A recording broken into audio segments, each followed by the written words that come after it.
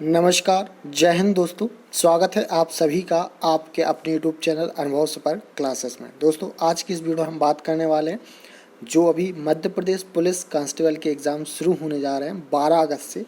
तो उसके लिए ये हमारा प्रैक्टिस सेट 8 है और 7 प्रैक्टिस सेट हैं जो हम अपलोड कर चुके हैं, तो वो आप प्ले लिस्ट में जाके देख सकते हैं। जो दोस्तों प्रीवियस ईयर में पूछे गए हैं मध्य प्रदेश के महत्वपूर्ण प्रश्न, तो आज की इस वीडियो में हम एमपी जीके के कुछ महत्वपूर्ण वन लाइनर प्रश्न देखने वाले हैं। तो वीडियो को अंत तक जरूर देखें। जो भी दोस्त चैनल पर नए आए हुए हैं वो चैनल को सब्सक्राइब कर लें और बेल आइकन का बटन ऑन कर लें, जिससे आने वाले वीडियो के सारे नोटिफिकेशन अपडेट आपको मिलते रहें। तो चलिए शुरू करते हैं। आज का जो पहला प्रश्न है, मध्य प्रदेश में संभाग कितने होते हैं? तो कितने होते हैं? 10 संभाग होते हैं। ठीक, तो यहाँ पे वन लाइनर प्रश्न लिए हैं और इनसे आपको एग्ज़ाम में सीधे तौर पे प्रश्न देखने को मिलेंगे। तो पूछा जाता है कि मध्य प्रदेश में संभाग कितने हैं? तो 10 संभाग हैं। तो राइट आंसर कितना हो जाएगा? 10। मध्य प्रदेश में सबसे ऊंचा धूपगढ़ शिखर है। ठीक है, पूछा जाता है कि मध्य प्रदेश में सबसे ऊंचा शिखर कौन सा है? तो धूपगढ़ शिखर है। राइट आंसर क्या होगा? धूपगढ़ शिखर। ये पुलिस उपनिरीक्षक, प्लाटून कमांडर, सूबेदार में पूछा गया प्रश्न है। कान्हा राष्ट्रीय उद्यान के लिए प्रसिद्ध है। कान्हा राष्ट्रीय उद्यान के लिए प्रसिद्ध है। सांख्य सागर झील माधव राष्ट्रीय उद्यान में पूछा जाता है कि सांख्य सागर झील किस राष्ट्रीय उद्यान में स्थित है? तो माधव राष्ट्रीय उद्यान में स्थित है। मध्य प्रदेश का सबसे छोटा अभ्यारण्य कौन सा है? तो राला मंडल। कहाँ कौन सा है दोस्तों? राला मंडल। पूछा जाता है कि मध्य प्रदेश का सबसे छोटा अभ्यारण्य कौन सा है? राला मंडल। और अगर हम सबसे बड़े अभ्यारण्य की बात करें जो कि सागर में है, ठीक है, तो वो है नौरादेही। राइट आंसर क्या होगा उसका? नौरादेही।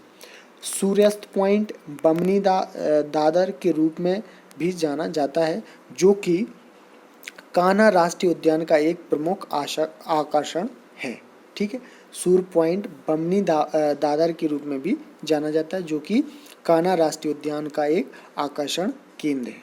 भारत में बाघों का सबसे बड़ा घनत्व वाला अभ्यारण्य कौन सा है? तो बांधवगढ़ अभ्यारण्य। राइट आंसर क्या हो जाएगा? बांधवगढ़ अभ्यारण्य। नर्मदा नदी अपने उद्गम सूत्र अमरकंटक से निकलती है। पूछा जाता है कि नर्मदा नदी का उद्गम कहाँ से हुआ है? तो अमरकंटक से हुआ है। और अमरकंटक किस जिले में आता है? तो अनूपपुर जिले में। अगला प्रश्न है, अमरकंटक स्थान से कितनी नदियाँ निकलती हैं? तो 3 नदियाँ निकलती हैं। कितनी नदियाँ निकलती हैं? तो 3 नदियाँ निकलती हैं। काली सिंध नदी के किनारे सोनकच्छ नगर बसा है। ठीक है, काली सिंध के जो नदी है उसके किनारे कौन सा नगर बसा है? तो सोनकच्छ नगर बसा हुआ है। धुआंधार जलप्रपात नर्मदा नदी पर स्थित है। ठीक है, पूछा जाता है कि धुआंधार जलप्रपात किस नदी पर स्थित है? तो नर्मदा नदी पर स्थित है। महेश्वर यानी महेशमती नर्मदा नदी के तट पर स्थित है। ठीक है, महेश्वर किस नदी के तट पर स्थित है? तो ये भी नर्मदा नदी के तट पर स्थित है। चंबल नदी महू के निकट जानापाव पहाड़ी से निकलती है। चंबल नदी का जो उद्गम है या पूछा जाता है कि कहाँ से निकलती है? तो महू के निकट जानापाव पहाड़ी से निकलती है। मध्य प्रदेश का सबसे ऊंचा जलप्रपात कौन सा है? तो चचाई जलप्रपात है। कौन सा? चचाई। ओरछा मध्य प्रदेश की किस नदी के तट पर स्थित है? तो बेतवा नदी के। राइट आंसर क्या होगा? बेतवा। भेड़ाघाट पर कौन सा जलप्रपात है? तो धुआंधार जलप्रपात है। कौन सा है? धुआंधार जलप्रपात है। अगला है, चंबल नदी जानापाव पहाड़ियों से आरंभ होती है। चंबल नदी जानापाव पहाड़ियों से आरंभ होती है, यानी कि शुरू होती है। सन 2001 की जनगणना के अनुसार मध्य प्रदेश की साक्षरता दर कितनी है? पूछा जाता है एग्जाम में। तो 64.11%। कितनी होती है? 64.11%।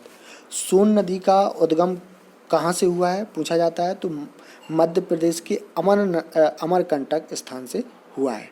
ठीक है, और यहीं से नर्मदा नदी का भी उद्गम स्थल माना जाता है। जनगणना 1991 के अनुसार मध्य प्रदेश में लगभग कितने गांव हैं? तो 76,000 गांव हैं। किसके अनुसार? जनगणना 1991। प्रश्न पूछा जा सकता है कि मध्य प्रदेश में साक्षरता प्रतिशत 1991 की जनगणना के अनुसार कितना है, तो 44.2%। कितना है, 44.2%। अगर बात करें 2001 की जनगणना के अनुसार तो 64.11% है। मलाज खंड यानी कि बालाघाट में तावा पाया जाता है। पूछा जाता है कि तावा कहाँ पाया जाता है मध्य प्रदेश में, तो मलाज खंड बालाघाट में पाया जाता है। आगर गांव टंगस्टन उत्पादन के लिए प्रसिद्ध है। ठीक है, तो प्रश्न पूछा जाएगा एग्जाम में कि टंगस्टन उत्पादन के लिए कौन सा स्थान प्रसिद्ध है, तो आगर गांव। राइट आंसर क्या हो जाएगा, आगर गांव। बिरसिंहपुर में विद्युत उत्पादन हेतु 500 मेगावाट की इकाई है। कितनी, 500 मेगावाट की इकाई। मध्य प्रदेश में प्रथम सौर ऊर्जा गांव कौन सा है, तो कस्तूरबा। राइट आंसर क्या हो जाएगा, कस्तूरबा। मध्य प्रदेश में सबसे बड़ा ताप विद्युत गृह कौन सा है, तो विंध्याचल, जिसे बेढ़न में कहाँ पे है स्थित। तो राइट आंसर क्या हो जाएगा, विंध्याचल। ये वन लाइनर प्रश्न लिए गए हैं क्योंकि आपने एमपीजी की पढ़ा है, लेकिन हम सिर्फ आपका रिवीजन करवा रहे हैं, है ना। कम समय में ज़्यादा से ज़्यादा क्वेश्चन करवाने की कोशिश कर रहे हैं, है ना, क्योंकि टाइम बहुत ही कम है।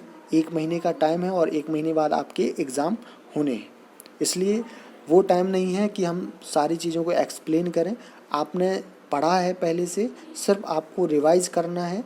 तो रिवाइज़ करने के लिए हम आपके लिए ऐसे ही डेली एक वीडियो लाते हैं, तो आपको लाते रहेंगे, तो आपको बस रिवीजन करना है इस वीडियो के माध्यम से। ठीक है, हमारी कोशिश रहेगी कि हम बेस्ट से बेस्ट आपको रिवीजन प्रोवाइड करें। मध्य प्रदेश ऑटोमोबाइल उद्योग समूह कहाँ पे है, पीथमपुर में। कहाँ पे, पीथमपुर में। मध्य प्रदेश में कैमूर सीमेंट उद्योग के लिए प्रसिद्ध है। मध्य प्रदेश में कैमूर सीमेंट किसके लिए प्रसिद्ध है, उद्योग के लिए प्रसिद्ध है।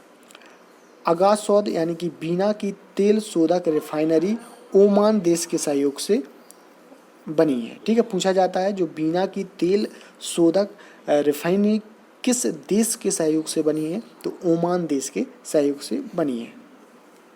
मध्य प्रदेश का कीटनाशक संयंत्र कहाँ पे है, तो बीना में है स्थित है। कहाँ पे, बीना में। भारत की प्रथम पेपर मिल कहाँ पर स्थापित की गई है, तो नेपा नगर मध्य प्रदेश में। राइट आंसर क्या होगा, नेपा नगर मध्य प्रदेश। रिलायंस समूह को मध्य प्रदेश में कोल बेड मीथेन के भंडार सुहागपुर में मिले हैं। कहाँ पे, रिलायंस समूह को मध्य प्रदेश में कोल बेड मीथेन के भंडार कहाँ मिले हैं, सुहागपुर में मिले हैं। तो इसका राइट आंसर क्या होगा, सुहाग। दोस्तों, आपको वीडियो पसंद आ रहा हो तो वीडियो को लाइक ज़रूर करें और इस वीडियो को शेयर कर दें अपने दोस्तों भाई बहनों में। चलिए आगे प्रश्न देखते हैं। और प्रश्न है कि इंदिरा गांधी राष्ट्रीय जनजाति विश्वविद्यालय का मुख्यालय कहाँ है, तो अमरकंटक में। कहाँ पे, अमरकंटक। आर्मी वॉर कॉलेज कहाँ है, तो महू में स्थित है। कहाँ पे, महू। चलिए अगला प्रश्न देखते हैं। और प्रश्न है कि रजत प्रपात भारत के किस स्थान में है, तो पचमढ़ी। कहाँ पे है, पचमढ़ी। ऊषा राजे स्टेडियम कहाँ है, मध्य प्रदेश में स्थित है। कहाँ पे, मध्य प्रदेश में। डॉक्टर भीमराव अंबेडकर का जन्म मध्य प्रदेश के कहाँ हुआ है, तो महू में हुआ है। कहाँ पे, महू शहर में हुआ है। विदेशी पर्यटकों के लिए मध्य प्रदेश का खजुराहो पर्यटन स्थल सर्वाधिक आकर्षण का केंद्र है। ठीक है, तो इसे याद रखेंगे। हिडोला महल कहाँ स्थित है, ये पूछा जाता है, तो मांडू में है। कहाँ पे, मांडू। बाघ की गुफाएं किस जिले में स्थित है, तो धार जिले में। राइट आंसर क्या होगा, धार जिला। मध्य प्रदेश में खजुराहो पर्यटन स्थल अपने किस लिए जाना जाता है, तो मंदिरों के लिए जाना जाता है। राइट आंसर क्या हो जाएगा, मंदिरों के लिए जाना जाता है। चंबल जानापाव पहाड़ियों से उत्सर्जित होती है। ठीक है, मध्य प्रदेश में सांची स्तूप का निर्माण 3री शताब्दी में हुआ है। किस शताब्दी में, 3री शताब्दी में। जहांगीर महल कहाँ है, तो ओरछा में। कहाँ पे है, ओरछा में। ठीक है, याद रखना आप लोग। चलिए, भीम बेटका गुफाएं पत्थरों पर की गई प्राचीन कलाकृतियों के लिए प्रसिद्ध है। बुंदेला की छतरी कहाँ, किस शहर में है, तो ओरछा में है। कहाँ पे, ओरछा। ताप्ती नदी कहाँ से निकलती है, तो मुतलाई से। राइट आंसर क्या हो जाएगा, मुल्ताई से। मध्य प्रदेश की सबसे पुरानी यानी सागर यूनिवर्सिटी की स्थापना वर्ष 1946 में की गई थी। और सबसे जो पुरानी सागर यूनिवर्सिटी है उसका नाम क्या है? डॉक्टर हरि सिंह गौर विश्वविद्यालय सागर। जहाज महल कहाँ है? तो मांडू में है। कहाँ पे है? मांडू में। अमरकंटक की प्रसिद्धि के कारण क्या है? नर्मदा नदी का उद्गम स्थल। जो अमरकंटक प्रसिद्ध है वो किस वजह से है? नर्मदा नदी का जो उद्गम स्थल है वो अमरकंटक है, इसलिए प्रसिद्ध है। अरसफी महल कहाँ है? तो मांडू में स्थित है। कहाँ पे? मांडू। भारत का पहला रामायण कला संग्रहालय कहाँ है? तो ओरछा में, जो कि मध्य प्रदेश में स्थापित हुआ है। भारत का पहला रामायण कला संग्रहालय कहाँ है? तो ओरछा मध्य प्रदेश में है, जो कि निवाड़ी जिले में आता है। पहले टीकमगढ़ जिले में आता था, लेकिन अब किस में आता है? निवाड़ी जिले में। पचमढ़ी मध्य प्रदेश का क्या है? हिल स्टेशन है। क्या है? Hill station. मांडू रानी रूपमती से संबंधित है। हिडोला महल कहाँ है? तो मांडू में है। कहाँ पे है? मांडू में। दशावर मंदिर कहाँ है? तो खजुराहो में। ठीक है, नहीं है। ठीक है, ये प्रश्न भी पूछा गया था। मध्य प्रदेश में कदरिया महादेव मंदिर कहाँ है? तो खजुराहो में स्थित है। कहाँ पे? खजुराहो। उस्ताद अलाउद्दीन खान मैहर नामक स्थान से संबंध है इनका। किससे? मैहर से। रेवा कुंड कहाँ स्थित है? तो मांडू में है। कहाँ पे? मांडू में। भारत का प्रसिद्ध नृत्य समारोह कहाँ होता है? तो खजुराहो में होता है। कहाँ पे? खजुराहो में। आचार्य केशव का जन्म मध्य प्रदेश के ओरछा शहर में हुआ है। कहाँ पे? ओरछा शहर में। चलिए अगला प्रश्न देखते हैं। और प्रश्न है कि भारत के 12 ज्योतिर्लिंगों में से मध्य प्रदेश में ज्योतिर्लिंगों की संख्या कितनी है? तो 2। कितनी है? 2। उस्ताद अलाउद्दीन खां संगीत समारोह प्रतिवर्ष कहाँ आयोजित किया जाता है? तो मैहर में। राइट आंसर क्या हो जाएगा? मैहर।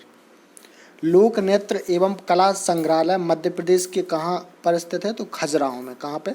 खजुराहो। मध्य प्रदेश में प्रतिवर्ष निवाड़ उत्सव कहाँ आयोजित किया जाता है? तो महेश्वर में किया जाता है। राइट आंसर क्या होगा? महेश्वर। गुजरी महल संग्रहालय राजा मानसिंह तोमर ने बनवाया था। किसने? राजा मानसिंह तोमर के द्वारा गुजरी महल का निर्माण करवाया गया था। ओरछा उत्सव कहाँ मनाया जाता है? तो ये दोस्तों पुराना क्वेश्चन है, तो ये यहाँ पे दिया है टीकमगढ़ जिला, लेकिन अब क्या आएगा आपके ऑप्शन में? निवाड़ी जिला। तो आपको निवाड़ी जिला टिक करके आना है।